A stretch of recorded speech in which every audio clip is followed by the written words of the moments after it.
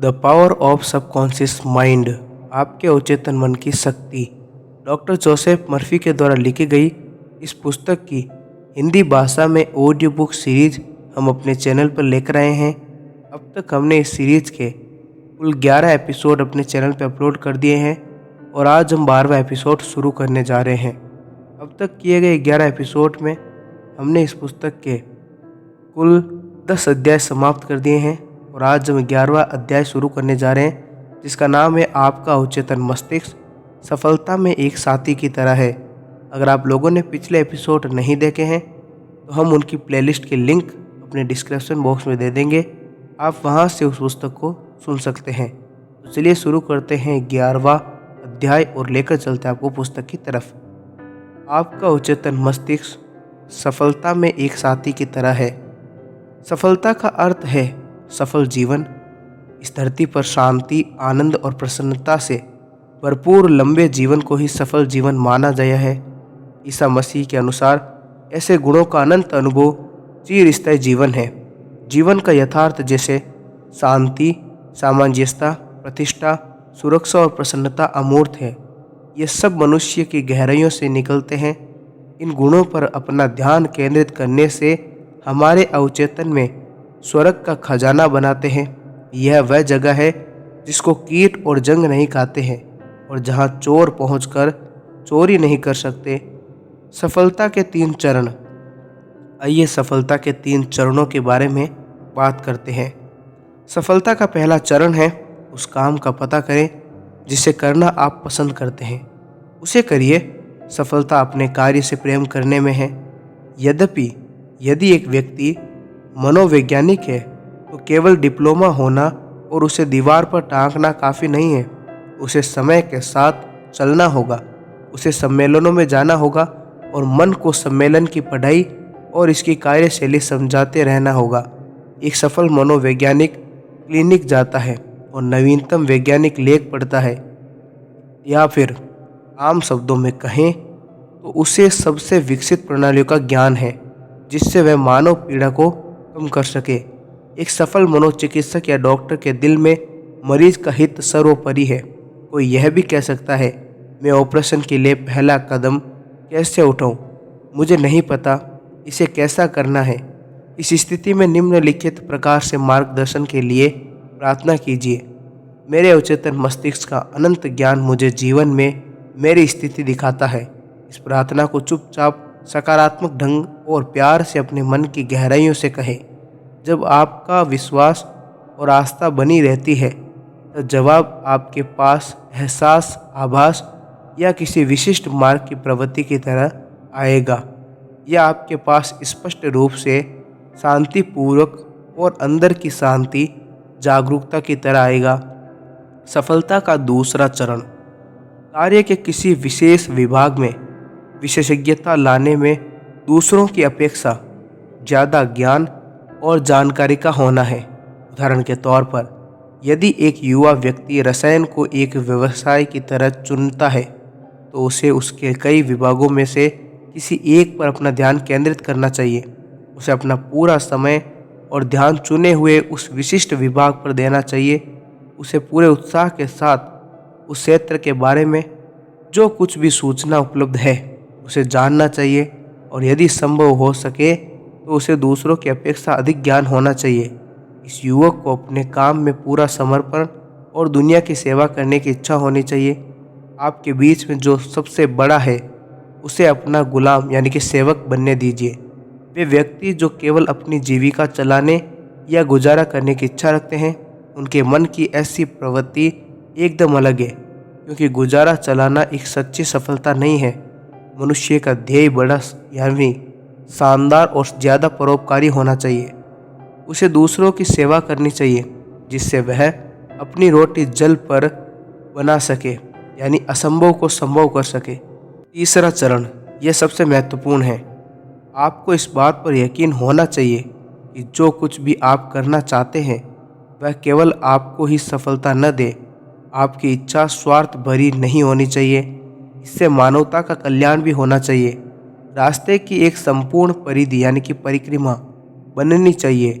दूसरे शब्दों में आपका विचार विश्व की सेवा और उसका भला करने वाला होना चाहिए। ऐसा विचार चारों ओर से आना चाहिए।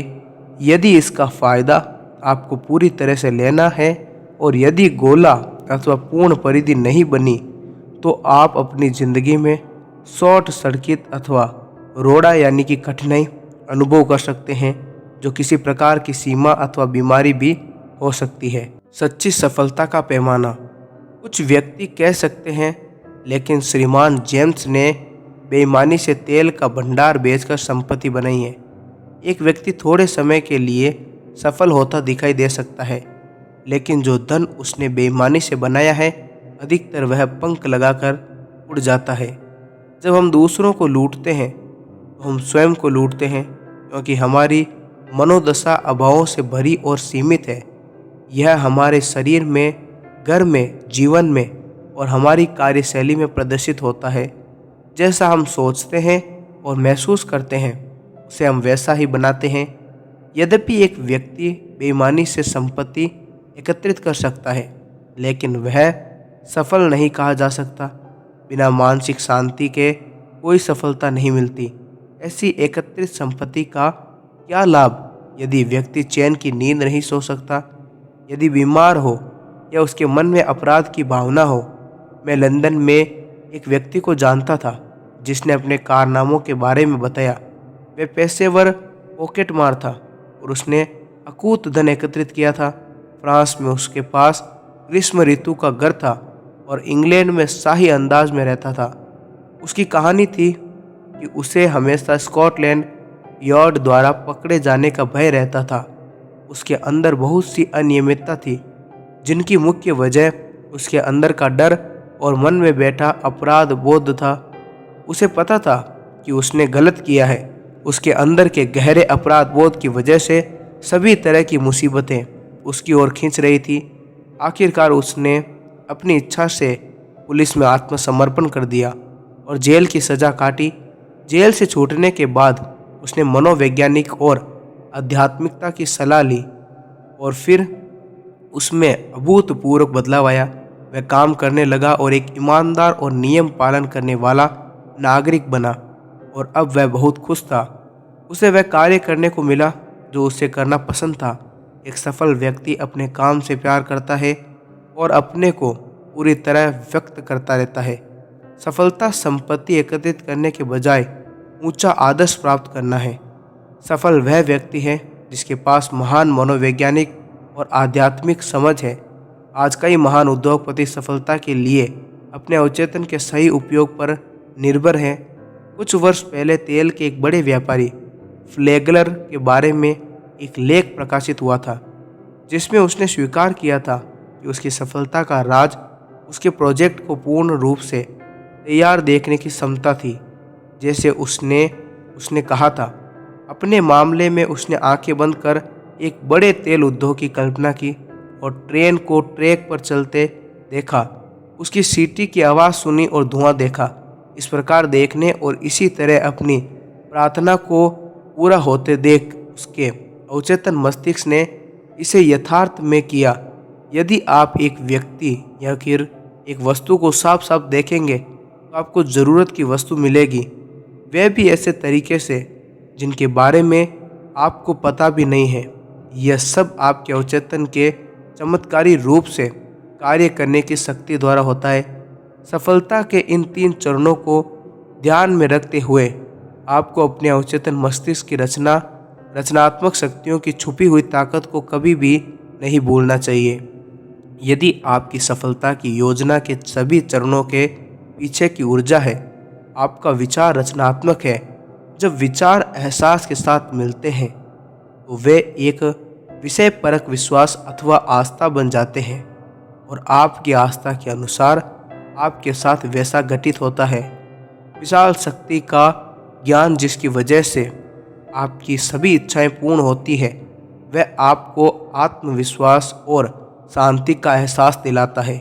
आपका कार्य क्षेत्र किसी भी प्रकार का हो, आपको अपने अवचेतन मस्तिष्क का नियम जरूर सीखना चाहिए। जब आप अपने मस्तिष्क की शक्ति को कैसे उपयोग में लाना है उसे जानते हैं और जब आप अपने पूर्ण रूप से अभिव्यक्त करते हैं और अपनी प्रतिभा को दूसरों को देते हैं तो आप निश्चित रूप से सफलता के मार्ग पर अग्रसर होते हैं। यदि आपका कार्य ईश्वर के कार्य अथवा इसके हिस्से में संबंधित है तो ईश्वर अपनी प्रकृति के अनुसार आपके लिए है।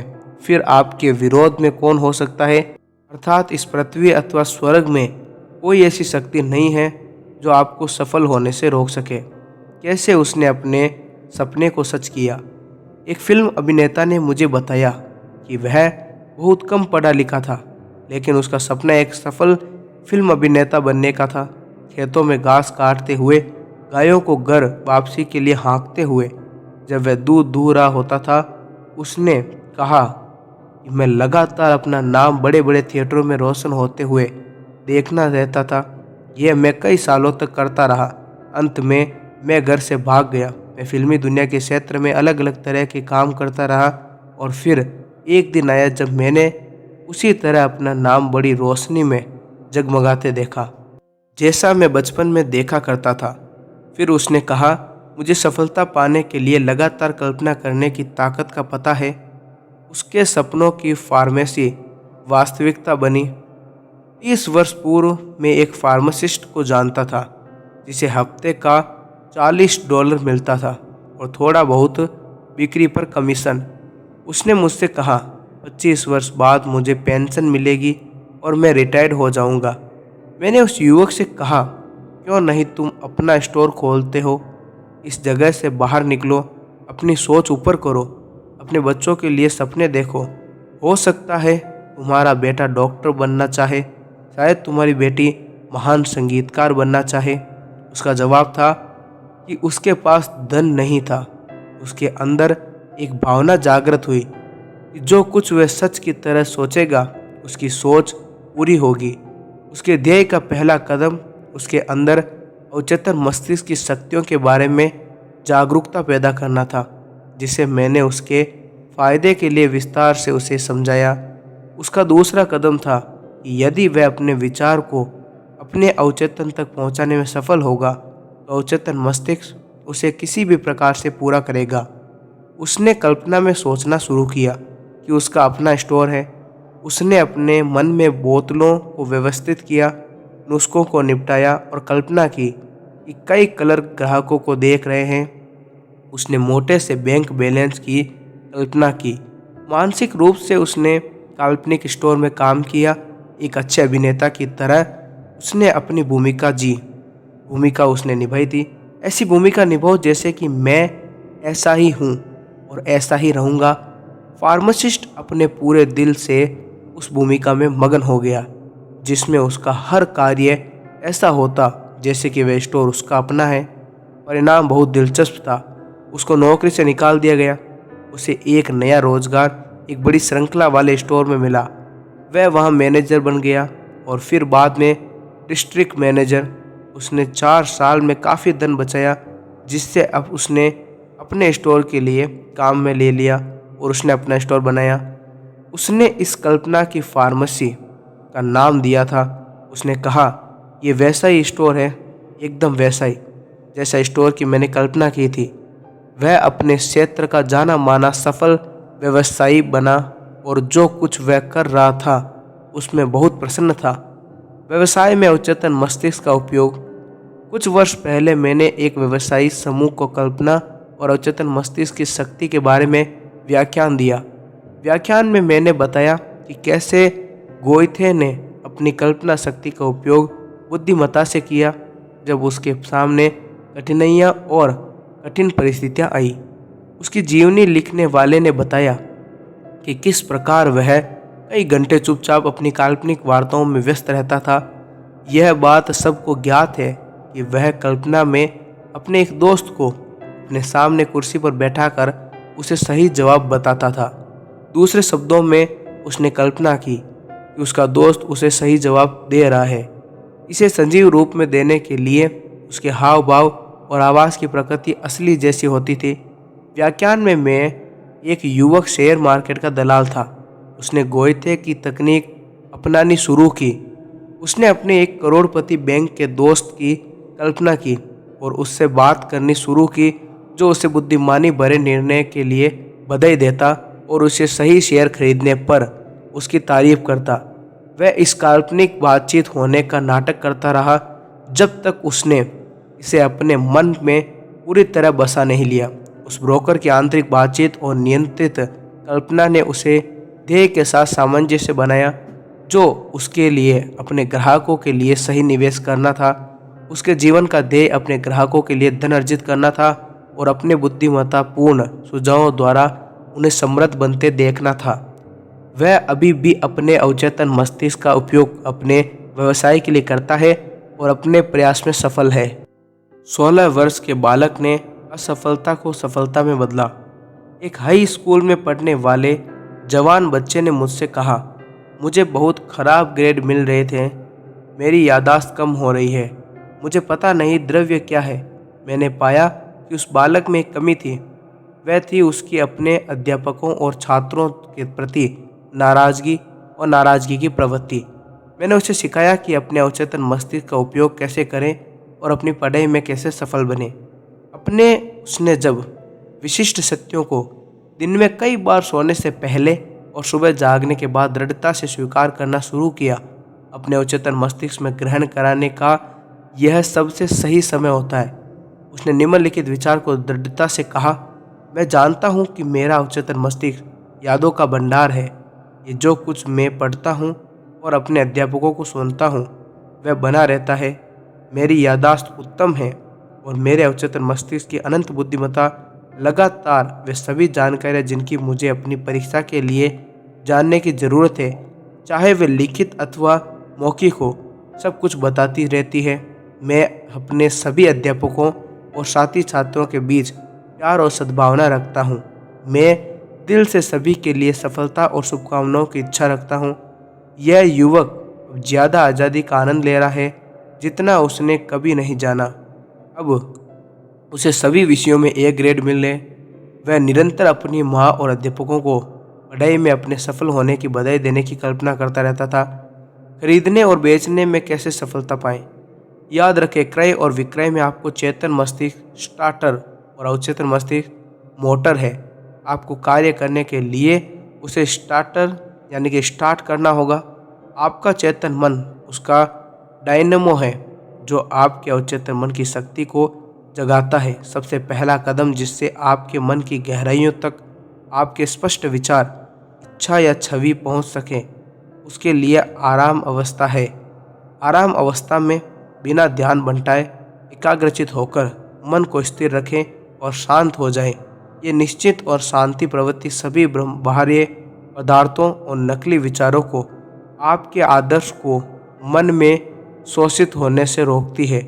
यही नहीं, इस प्रकार की शांति और निष्क्रिय और सब कुछ ग्रहण करने की मन की प्रवृत्ति की वजह से आपका प्रयास सबसे कम रहता है।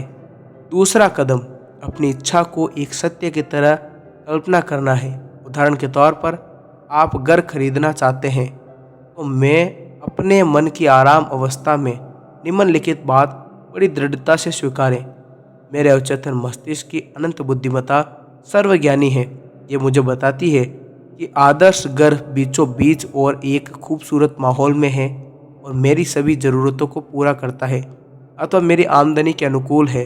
मैं अपनी इस याचना को अपने अवचेतन मस्तिष्क को देता हूँ। मैं इस याचना को पूरे विश्वास और आस्था के साथ उसी प्रकाश दे रहा हूँ जिस प्रकार एक किसान जमीन में बीज बोता है और जिसके विकास पर उसे पूरा भरोसा है। आपकी प्रार्थना का जवाब अखबार में किसी विज्ञापन, किसी दोस्त या आपके सीधे किसी ऐसे मकान की ओर मार्गदर्शन करेगा जैसा कि आप चाहते हैं।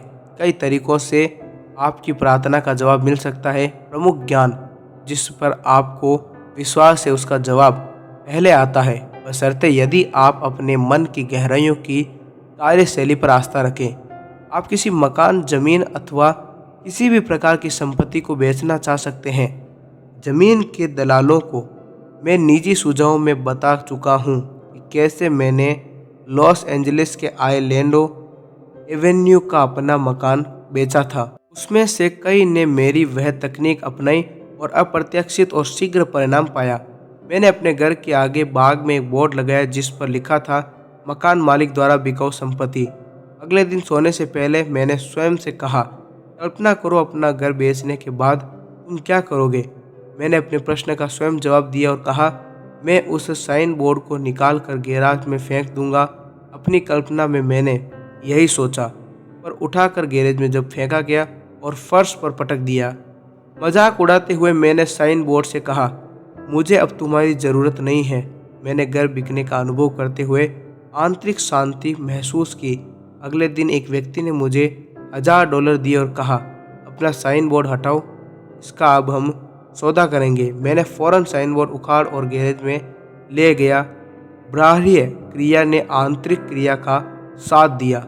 इसमें कोई नई बात नहीं है। जैसा अंदर वैसा बाहर, यानी जैसी छवि आपके अंदर है, अवचेतन मन में चिन्हित होती है, वही आपके जीवन पटल पर घटित होती है। अपना घर, जमीन अथवा किसी अन्य प्रकार की संपत्ति को बेचने का एक और तरीका बहुत लोकप्रिय है। धीरे धीरे चुपचाप अनुभव करते हुए दृढ़ता से इस प्रकार स्वीकार करें, अनंत शक्ति इस घर के लिए खरीदार को मेरी ओर आकर्षित कर रही है। जो इस संपत्ति को चाहता है वह इससे समृद्ध होगा। इस खरीदार को मेरे अवचेतन मस्तिष्क के रचनात्मक ज्ञान ने भेजा है और वह कभी कोई गलती नहीं करता। यह खरीदार कई और घरों को देख सकता है, लेकिन मेरा ही घर जिसे वह चाहता है और खरीदेगा, क्योंकि उसके अंदर की अनंत शक्ति उसका मार्गदर्शन कर रही है और दिव्य क्रम में हमें एक दूसरे के पास ला रही है। मैं जानता हूँ यह ऐसा है। स्मरण रहे, जिस वस्तु को आप खोज रहे हैं वह भी आपको ढूंढ रही है। और जब कभी भी आप किसी घर, जमीन अथवा अन्य संपत्ति को बेचना चाहते हैं, वहाँ हमेशा कोई है जो इसे लेना चाहता है। अपने अवचेतन मस्तिष्क की इस शक्ति का सही उपयोग करने से आप अपने मन को सभी प्रतियोगिता और चिंताओं से आज़ाद कर सकते हैं। उसे अपने पसंद की वस्तु प्राप्त करने में कैसे सफलता मिली। एक युवती मेरे व्याख्यानों और कक्षाओं में नियमित रूप से आती है। उसे 3 बसें बदलनी पड़ती थी।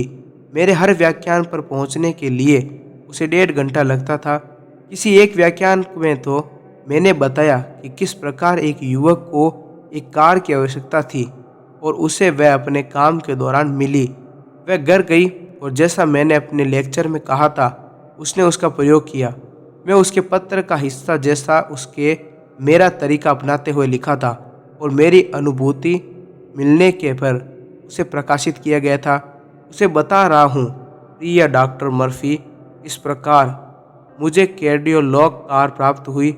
मैं व्याख्यान में रोज आने के लिए एक कार चाहती थी। मैंने अपनी कल्पना में उसी प्रकार की प्रक्रिया दी। मैं जैसे कि कार चला रही हूँ, शोरूम गई हूँ और सेल्समैन ने मुझे एक ड्राइवर पर ले गया था। मैंने उसे कुछ दूर चलाया।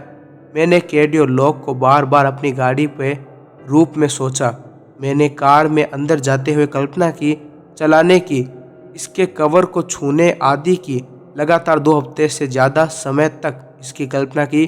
पिछले हफ्ते मैं आपके व्याख्यान में कैडिलॉक में चलकर आई।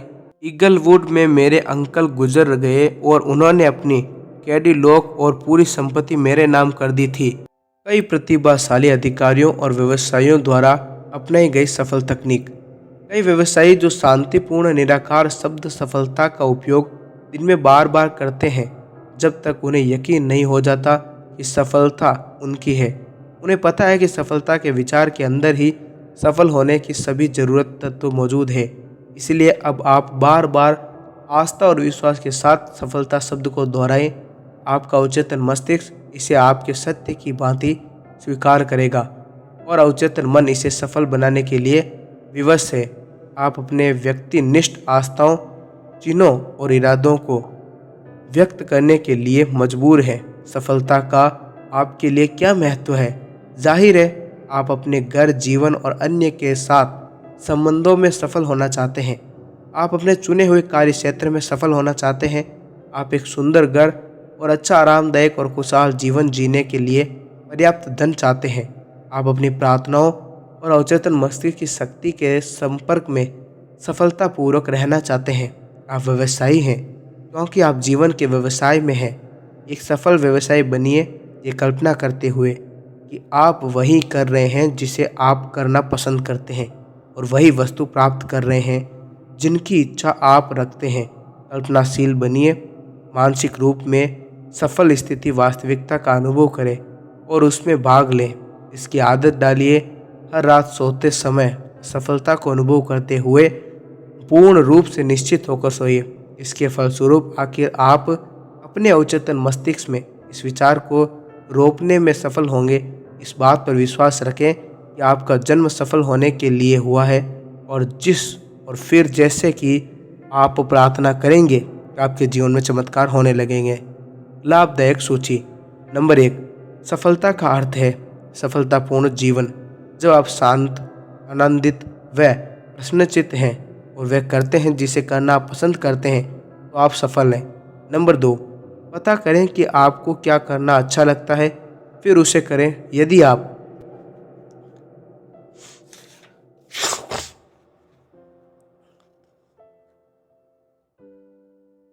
अपनी वास्तविकता अभिव्यक्ति नहीं जानते हैं, मार्गदर्शन के लिए पूछें तो आपको रास्ता मिलेगा। नंबर 3, किसी विशेष क्षेत्र में विशेषज्ञता हासिल कीजिए और किसी अन्य की अपेक्षा अधिक जानिए। नंबर 4, एक सफल व्यक्ति मतलबी नहीं होता, उसकी मुख्य इच्छा मानवता की सेवा करना है। नंबर 5, बिना मानसिक शांति के कोई सच्ची सफलता नहीं है। नंबर 6, एक सफल व्यक्ति के पास ज़्यादा मनोवैज्ञानिकीय और आध्यात्मिक समझदारी होती है। नंबर 7, यदि आप अपने ध्येय की स्पष्ट कल्पना करेंगे तो आपको अपनी ज़रूरी चीज़ें अपने अवचेतन मस्तिष्क की चमत्कारिक कार्यशक्ति द्वारा मिलेगी। नंबर 8, जब आपकी सोच आपके उत्साह के साथ मिलकर वस्तुनिष्ठ आस्था बन जाती है तो आपकी आस्था के अनुसार वैसा ही होता है। नंबर 9, लगातार बने रहने वाली कल्पना की शक्ति आपके अवचेतन मस्तिष्क की चमत्कारिक कार्यशक्ति को अपनी ओर खींचती है। नंबर 10, यदि आप अपने कार्य में प्रोन्नति चाहते हैं तो अपने नियोक्ति, सुपरवाइज़र या किसी अपने प्रिय द्वारा प्रमोशन होने पर आपको बधाई देने की कल्पना करें। इस छवि को जीवंत और सजीव होने की कल्पना करें। आवाज़ सुने, हाव-भाव देखें, इस क्षण की वास्तविकता का अनुभव करें। इसे अक्सर करते रहें। मन को अक्सर ऐसी छवि भरने से आपको अपनी प्रार्थना का जवाब ही खुशी का अनुभव होगा। नंबर 11, आपका अवचेतन मस्तिष्क यादों का भंडार है। एक उत्तम याद के लिए अक्सर दृढ़ता से स्वीकार करें, मेरे अवचेतन मस्तिष्क का अनंत ज्ञान मुझे वह सब हर जगह दिखता है जिसे जानने की मुझको ज़रूरत है। नंबर 12, यदि आप किसी घर या संपत्ति को बेचना चाहते हैं तो धीरे धीरे शांति का अनुभव करते हुए दृढ़ता से स्वीकार करें, अनंत शक्ति मेरी ओर इसको खरीदने वाला आकर्षित कर रही है। ग्राहक जो इसे चाहता है वे इसमें और ज़्यादा समृद्ध होगा। इस जागरूकता को बनाए रखें और आपके अवचेतन मस्तिष्क के अंदर की लहरें इसे यकीनन करेगी। नंबर 13, सफलता के विचार में सभी सफलता के तत्व मौजूद हैं। सफलता शब्द को विश्वास और आस्था के साथ अपने अंदर बार बार दोहराएं। अवचेतन इसको सफल बनाने के लिए विवश है। इस तरह हम आज एपिसोड 12 को यहीं समाप्त करते हैं। एपिसोड 12 में हमने आज अध्याय 11 पूरा कर लिया है। कल हम एपिसोड 13 में इस पुस्तक का अध्याय 12 शुरू करेंगे जिसका नाम है वैज्ञानिक अवचेतन मस्तिष्क का उपयोग करते हैं। मिलेंगे हम आप लोगों से नए वीडियो में, तब तक आप लोग अपना ख्याल रखें।